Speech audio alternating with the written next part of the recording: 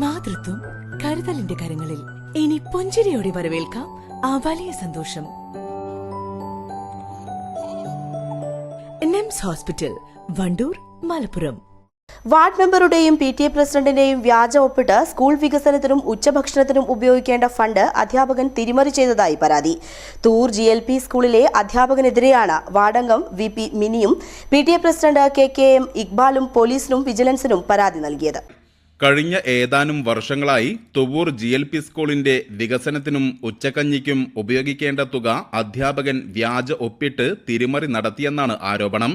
DDയും AEOയും സ്കൂളിൽ നടത്തിയ പരിശോധനയിലാണ് ക്രമക്കേട് കണ്ടെത്തിയത്. തുടർന്ന് ആരോപണ വിധേയനായ അധ്യാപകനെ സ്ഥലം മാറ്റുകയും ചെയ്തു. പിന്നീട് യൂണിയൻ സ്വാധീനം ഉപയോഗിച്ച് ഈ അധ്യാപകൻ സ്ഥലം മാറ്റം ഉത്തരവ് മരവിപ്പിച്ചു എന്നുള്ള പരാതിയും ഉയരുന്നുണ്ട്.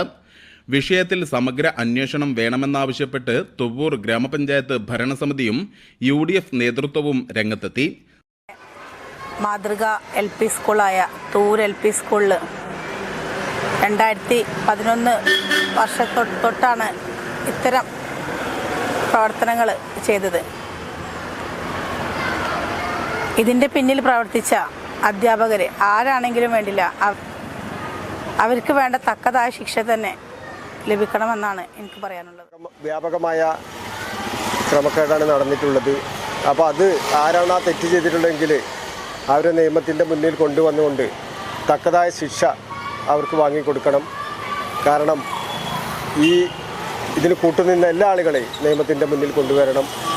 അതിന് ശ്രമിച്ചിട്ടില്ല എങ്കിൽ ഐക്യജനാധിപത്യ മുന്നണിയുടെ നേതൃത്വത്തിൽ വലിയ പ്രക്ഷോഭ പരിപാടികൾ ഈ കാര്യത്തിൽ ഞങ്ങൾ നടത്തുമെന്നാണ്. സ്കൂൾ പ്രധാനാധ്യാപകനോട് വിശദീകരണം തേടുകയും ചെയ്തു.